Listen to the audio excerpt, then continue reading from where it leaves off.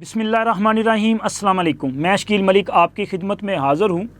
इमरान ख़ान ने तहरीक इंसाफ को मुज़ाकरात की इजाज़त दी। ये बुनियादी तौर पे इजाज़त नहीं बल्कि डील की भीख मांगना है। लेकिन आज के व्लॉग में हम बात करेंगे कि वो कौन है जिसने इमरान ख़ान को डील की भीख मांगने पे मजबूर कर दिया है। ये एक्सक्लूसिव तफसीलात आपके साथ शेयर करनी है, लेकिन आप दोस्तों से पहले दरख्वास्त है कि जिन दोस्तों ने अभी तक चैनल को सब्सक्राइब नहीं किया वो चैनल को सब्सक्राइब कर दें, वीडियो को लाइक भी किया करें और अपने फ्रेंड सर्कल में शेयर भी किया करें। इमरान ख़ान ने तहरीक इंसाफ को मुज़ाकरात की इजाज़त दी, लेकिन सबसे पहला सवाल तो ये है कि तहरीक इंसाफ कौन है। क्या तहरीक इंसाफ मौजूदा निज़ाम में कोई स्टेक होल्डर है? तो सर इसका सीधा सा जवाब है कि नहीं, क्योंकि ये मुज़ाकरात होंगे पार्लिमान में मौजूद सियासी फोर्सेस के माबैन, और पार्लिमान में कहीं भी तहरीक इंसाफ नाम की किसी भी सियासी जमात का वजूद नहीं है। आप कौमी असम्बली देख लें, आप चारों सूबाई असम्बलियाँ देख लें, आपको कहीं भी तहरीक इंसाफ नज़र नहीं आएगी। इस वक्त कौमी असम्बली में जो लोग कह रहे हैं कि वो इमरान ख़ान के साथ हैं, वो भी सुन्नी इत्तेहाद कौंसिल में शामिल हो चुके हैं, यानी कि वो साहबजादा हामिद रज़ा की क़यादत पर एक तरह से सियासी बैत कर चुके हैं। वो सुन्नी इत्तेहाद कौंसिल का हिस्सा बन चुके हैं, और अब अगर किसी भी बातचीत का आगाज़ होना है तो वो तो पार्लिमान में मौजूद जो स्टेक होल्डर्स हैं उनके माबैन होना है ना। ये तो नहीं हो सकता कि एक सज़ा याफ्ता शख्स के साथ जाके मुज़ाकरात किए जाएँ, क्योंकि इमरान ख़ान कहीं कंसीडर नहीं किए जा रहे। ये जो मुज़ाकरात शुरू होने हैं, अगर होने हैं, तो इनमें भी इमरान ख़ान कहीं मौजूद नहीं होगा। इमरान ख़ान माइनस हो चुका। ये जो कहते हैं ना कि इमरान ख़ान ने इजाज़त दी, और भाई इन सब ने इमरान ख़ान को बता दिया था कि इमरान ख़ान साहब आपकी सियासत ख़त्म हो चुकी है और आपका सियासी वजूद इन्ना लिल्लाहि व इन्ना इलैहि राजिऊन हो चुका है। जिसके बाद यह ड्रामा किया गया कि जी कप्तान ने इजाज़त देगी, और भाई कप्तान तो इसमें मौजूद ही नहीं है।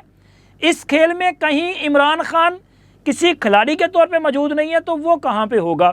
तो जनाब मुज़ाकरात तो होने हैं सियासी फोर्सेस के माबैन जो कि पार्लिमान का हिस्सा है, लेकिन ये जो सुन्नी इत्तेहाद कौंसिल वाले हैं इनका अपना वजूद क्या है। चूँकि ये तो खुद कभी कहते हैं कि जी हम सुन्नी इत्तेहाद कौंसिल में का हिस्सा हैं, और कभी कहते हैं तहरीक इंसाफ का हिस्सा है। मेरा ख्याल है कि पहले इनको भेजा जाए कि जैसे आपने ये फ़ैसला किया है ना कि हमने बूट नहीं चाटने या हमें बूट चाटने की सहूलत नहीं मिली, तो लिहाजा हम सियासतदानों के साथ जो है वो बैठने के लिए तैयार हैं। तो इनको भेजा जाए कि अब जाके ज़रा ये फ़ैसला कर लें कि आप एक्चुअल हैं क्या, आप सुन्नी इत्तेहाद कौंसिल हैं या कि आप तहरीक इंसाफ हैं। फिर उसके बाद आगे बात बढ़ेगी, क्योंकि ये नॉन सीरियस लोग हैं और इनके साथ बैठ के आप वक्त जो है वो ज़ाया करेंगे। ऐसा ना हो कि ये भी जो मुज़ाकरात वाली गेम है या डील वाली जो गेम है या NRO मांगने वाली जो गेम है, इसके अंदर से कुछ और ही निकल आए, यानी कि ये हुकूमत को यहाँ पे कंफ्यूज करके रखें और हुकूमत परफॉर्म ना कर सके। तो सारी चीज़ें जो है वो देख के आगे बढ़ना चाहिए। मैं समझता हूँ कि वो अपना कुंडी साहब ने जो बात की ना कि इनके साथ बातचीत करने का जो है ना वो वक्त का ज़िया होगा, चूँकि ये कुछ सियासी फोर्सेस तो है नहीं, ये तो गैर सियासी और गैर जमहूरी लोग हैं, तो लिहाजा इनके साथ बैठने का फ़ायदा नहीं है। मैं ये तो नहीं कहता कि आप ना बैठें, भाई मुल्क में आपने अगर सियासी ये जो अदम इस्तेहकाम है इसका ख़ात्मा करना है तो कोई ना कोई रास्ता तो निकालना पड़ेगा ना। लेकिन रास्ता निकालने के लिए ये भी ज़रूरी है कि बैठेगा कौन, बात कौन करेगा, इख्तियार किसके पास है। इमरान ख़ान से बात तो नहीं होनी चाहिए। इमरान ख़ान तो सज़ा याफ्ता शख्स है, वो तो एक सज़ा याफ्ता मुजरम है और जेल में कैद है। क्या जेल में मौजूद कैदी के साथ हुकूमत मुज़ाकरात करेगी? नहीं जी, उसके मामलात अदालतों में है, वो जाके अदालतों के साथ अपने मामला देखें, वहाँ पे वो कानून का सामना करें। अगर अदालतें उनको बरी करती हैं तो वेलकम, अगर अदालतें उनकी सज़ाओं को बरकरार रखती हैं तो वो अपनी सज़ाएँ पूरी करें। लेकिन इसके साथ साथ हुकूमत को भी चाहिए कि ये कौम का जो पैसा खर्च किया जा रहा है ना इमरान ख़ान की इजाशियों पे, इस पर ज़रा गौर फरमाएँ।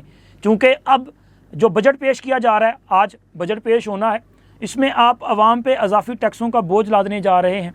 भाई अवाम ये बोझ भी बर्दाश्त कर लेंगे, लेकिन अवाम ये भी तो चाहते हैं कि हमारा ये जो आप पैसा है जो हम टैक्स की मद में आपको देते हैं, ये आप इस तरह से याशियों में ना उड़ाएं, बल्कि हुकूमत को अपने भी अखराजात को कंट्रोल करना चाहिए। आपको हुकूमती मामलात पे सादगी लेके आनी चाहिए ताकि पैसे की बचत हो और पाकिस्तान की मईशत जो है वो ज़रा उसकी सांस निकलनी शुरू हो। ये आप पर भी ज़रूरी है। और इसी तरह इमरान खान साहब ये जो कर रहे हैं ना कि डील की भीख मांग रहे हैं, इसकी एक बहुत बड़ी वजह मौलाना फजल रहमान साहब भी हैं।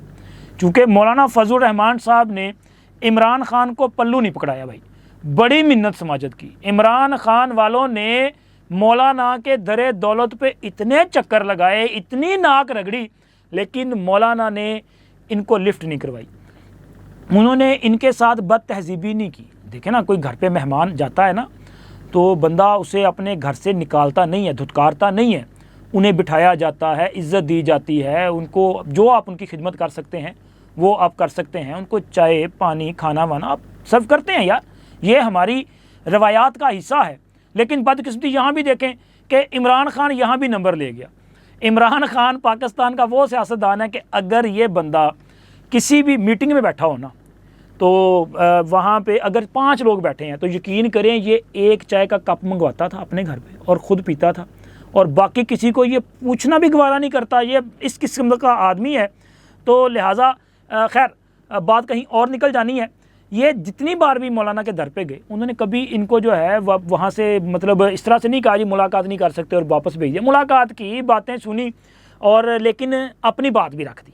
उन्होंने कहा कि भाई धांधली हुई है, आप भी कहते हैं मैं भी कहता हूँ, लेकिन हमारे साथ जो धांधली हुई उसका फ़ायदा आपको पहुँचाया गया।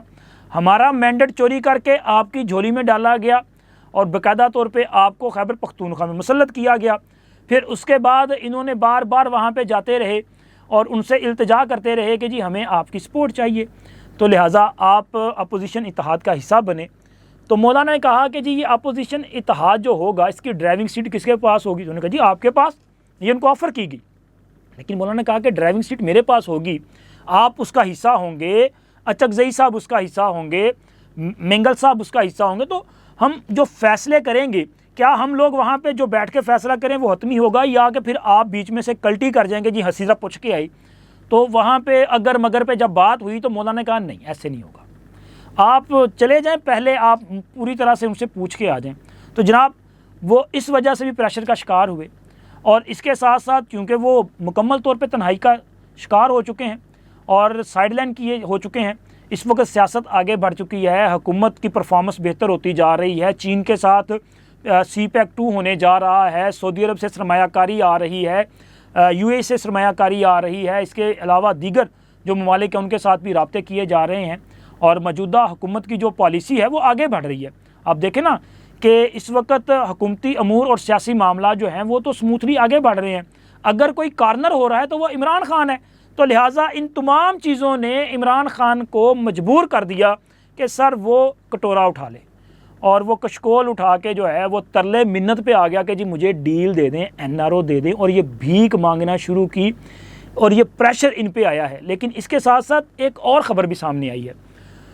वो ख़बर है सीनियर सियासतदान हामिद नासिर चट्टा साहब के हवाले से, जिसमें चूँकि हामिद नासिर चट्टा साहब के जो छोटे बेटे हैं मोहम्मद अहमद चट्टा साहब, वो भी आज़ाद हसीयत में मुंतखब हुए थे। वो इस वक्त सुन्नी इत्तेहाद कौंसिल का हिस्सा भी हैं, और जो पार्लिमानी पार्टी कौमी असम्बली में तश्कील दी उसमें वो डिप्टी पार्लिमानी लीडर भी हैं। उन्होंने भी इमरान खान से जेल में मुलाकात की, और ज़राए के मुताबिक इस मुलाकात के दौरान उन्होंने इमरान खान को अपने वालिद मोहतरम जनाब हामिद नासिर चट्टा साहब का पैगाम भी पहुँचाया कि खान साहब आपको पहले भी ये मशवरा दिया गया था कि आप आसिफ अली ज़रदारी के साथ हाथ मिला लें, क्योंकि आप तन्हा सियासत में आगे नहीं बढ़ सकेंगे। मौजूदा सिचुएशन में आपको एक और सियासी सहारे की ज़रूरत होगी। तो लिहाजा सियासत में रास्ते तलाश किए जाते हैं, सियासत में जो है वो दरवाज़े बंद नहीं किए जाते, इतना सख्त मौक़िफ़ नहीं रखा जाता। तो लिहाजा आप उनके साथ आगे बढ़ें। अगर आप नवाज शरीफ के साथ नहीं बैठ सकते, अगर आप किसी और के साथ नहीं, तो फिर ज़रदारी साहब एक बेहतर ऑप्शन हो सकते हैं, और ज़रदारी साहब से हाथ मिलाने के बाद आपके लिए रास्ते खुल जाएंगे। उस वक़्त भी इमरान खान ने जवाब दिया था कि जी मैं किसी सूरत भी ज़रदारी से हाथ तो नहीं मिला सकता। अगर मैंने ज़रदारी से हाथ मिला लिया या नवाज शरीफ के साथ बैठ गया तो मेरी सियासत तो ख़त्म हो जाएगी। मैं कैसे लोगों को जो है वो अपना जस्टिफाई करने की कोशिश करूँगा जी मैंने क्या किया। तो इमरान खान साहब ने इनकार किया। हामिद नासिर चट्टा साहब के साहबजादे मोहम्मद अहमद चट्टा साहब ने एक बार फिर अपने वालिद मोहतरम का पैगाम पहुँचाया कि वो चाहते हैं कि आप सियासत में दरवाज़े बंद ना करें, रास्ते ओपन करें और सियासी रहनुमाओं से राब्ते बढ़ाएं। आपको पहले मशवरा दिया था, अब फिर कहते हैं कि आप जरदारी साहब से हाथ मिलाएं। तो जिस पर इमरान खान ने कहा कि जरदारी से तो हाथ नहीं मिलाया जा सकता, हाँ बिलावल से बात की जा सकती है। तो अब बिलावल अपने बाप को माइनस करके बात तो नहीं करेंगे ना। वो कैसे हो सकता है कि जनाब ये बिलावल भुट्टो जरदारी से आप मुलाकात करना चाहें और बिलावल साहब जो है वो सब कुछ छोड़ के आ जाए। नहीं, चूँकि गाड़ी निकल चुकी है, आप टाइम ज़ाया कर चुके हैं। 8 फरवरी 2024 के इंतखाबात के बाद जब नदीम अफजल चंद ने अडयाला जेल में आपसे मुलाकात की थी तो वो आपके पास एक ऑप्शन था। अगर उस दिन आप इस ऑप्शन को अवेल कर लेते तो आज सिचुएशन डिफरेंट होती।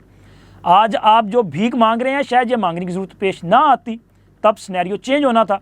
अब चूँकि हालात बदल चुके हैं, हुकूमत कायम हो चुकी है, शहबाज शरीफ साहब जो हैं वो वज़ीर आज़म मुंतखब हो चुके हैं, आसफ़ अली जरदारी साहब सदर ममलिकत के ओहदे पे जो है वो फाइज हो चुके हैं, चीज़ें आगे बढ़ चुकी हैं।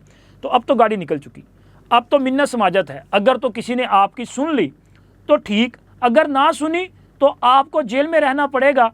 लेकिन जिन्होंने अडयाला जेल के बाहर आके ऐलान कर दिया कि जी अब सियासत आगे बढ़ेगी और वो मौजूदा हुकूमत के साथ मुज़ाकरात के लिए तैयार हैं, उनकी सियासत आगे बढ़नी है।